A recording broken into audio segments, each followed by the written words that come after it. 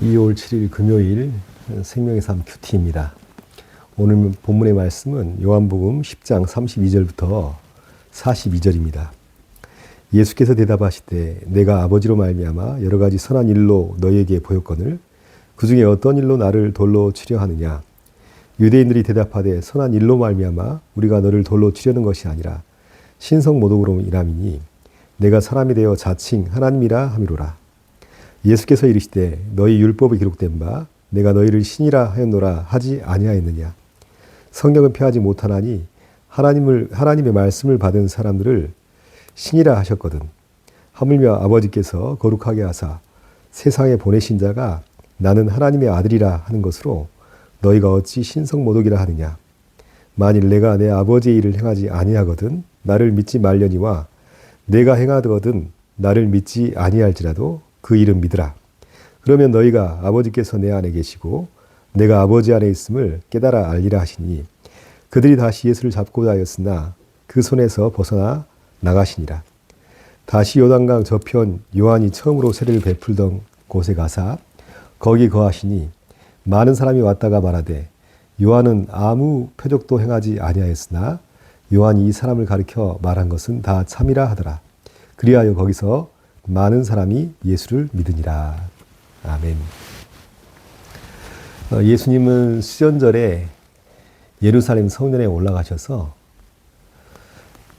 예수님을 대적하는 유대인들과의 대화 속에서 참으로 성전을 정결케 하는 것, 그 수련절의 진정한 의미를 밝히십니다. 예수님은 하나님께서 세상에 보내셔서 이 땅에 오셨고 하나님의 말씀을 선포하셨고 선포하신 말씀대로 살아가셨습니다. 그리고 사람들에게 자신이 하나님의 아들이심을 밝히 드러내셨습니다. 그럼에도 불구하고 유대인들은 예수님을 향해서 자칭 하나님의 아들이라 라고 말하는 예수님을 신성모독하였다고 배척하고 비난하고 정죄했습니다.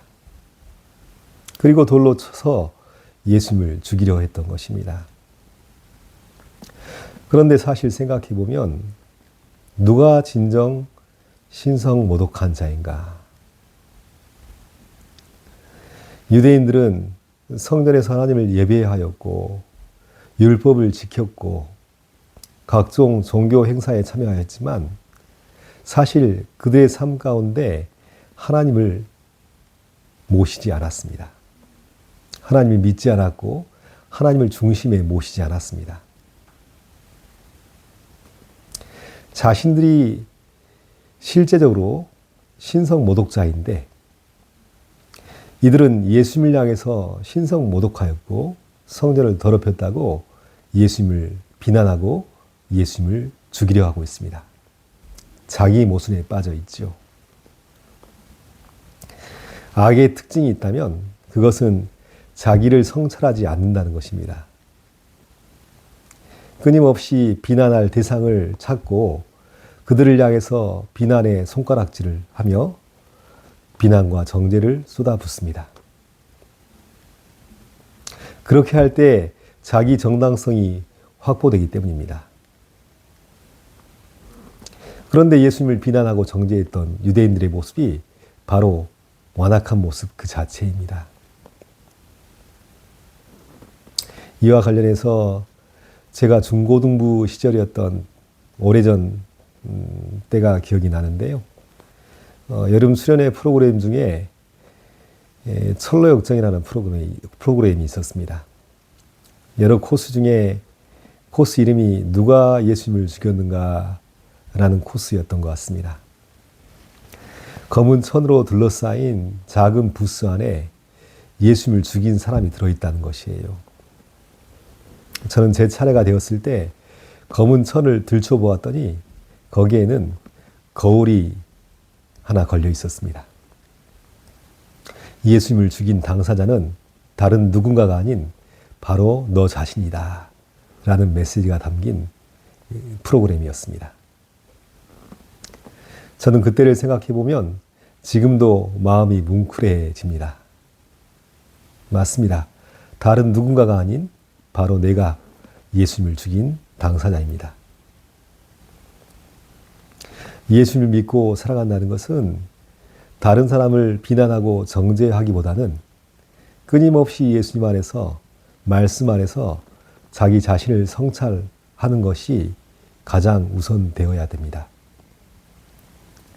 말씀에 비춰보니 내가 하나님의 말씀을 따르지 못하였고, 말씀에 비춰보니 예수님의 길을 따르지 않고 내 고집대로 행하였고, 성령의 조명하심을 보니 내 삶이 하나님께 합당치 못한 죄악투성이입니다. 자기 자신을 고백하면서 성찰하면서 말씀과 삶이 일치하였던 예수님을 따라가려고 몸부림치는 것, 이것이 바로 우리의 믿음 생활일 것입니다. 예수님은 유대인들이 예수님을 돌로 쳐 죽이려 하자 그들을 떠나 이제 요단 강가로 가셨습니다. 예수님께서 처음 세례를 받으셨던 장소입니다. 요단 강가에 가니 많은 사람들이 예수님이 참으로 하나님의 아들 되심을 고백하고 많은 사람들이 예수님을 믿었습니다. 또한 오늘 본문에서 중요하게 생각되는 것은 중심 이동이라는 것입니다. 오늘 본문에서 예루살렘은 이스라엘의 중심이었습니다. 요단강은 이스라엘의 변방입니다. 그런데 예수님 안에서 중심 이동이 이루어진다는 것은 예루살렘이냐, 요단강이냐, 장소적 개념의 중심이 아닙니다. 예수님이 어디 계시냐에 따라서 중심이 바뀌는 것입니다. 당시 이스라엘의 중심에 있었던 예루살렘 성전의 유대인들은 자기들이 중심이라고 생각하고 예수님이 가져다 주시는 새로운 질서를 거부했습니다. 자기의 가치 체계와 자신들의 고집과 자신들이 가진 기득권을 포기하지 못하고 예수님이라는 새로운 중심, 새로운 질서를 거부했던 것입니다.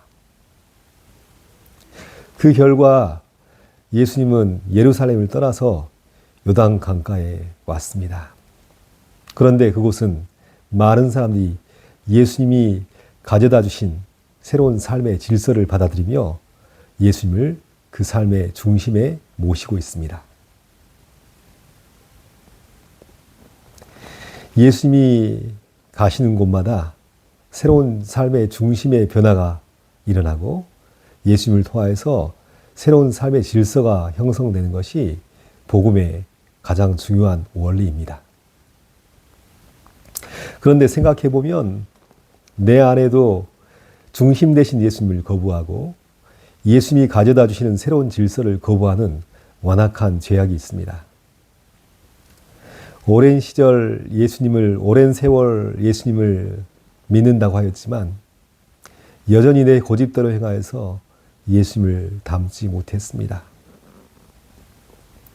하나님을 믿고 예수님을 따르겠다고 고백하지만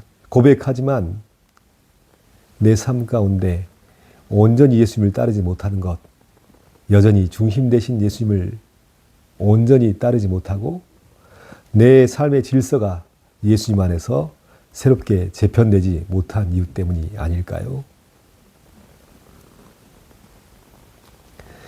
요단강가의 많은 사람들은 가난한 마음으로 예수님을 그 마음속 중심에 모시고 예수님을 믿고 예수님이 주시는 새로운 질서 가운데 그 삶이 들어가게 됩니다.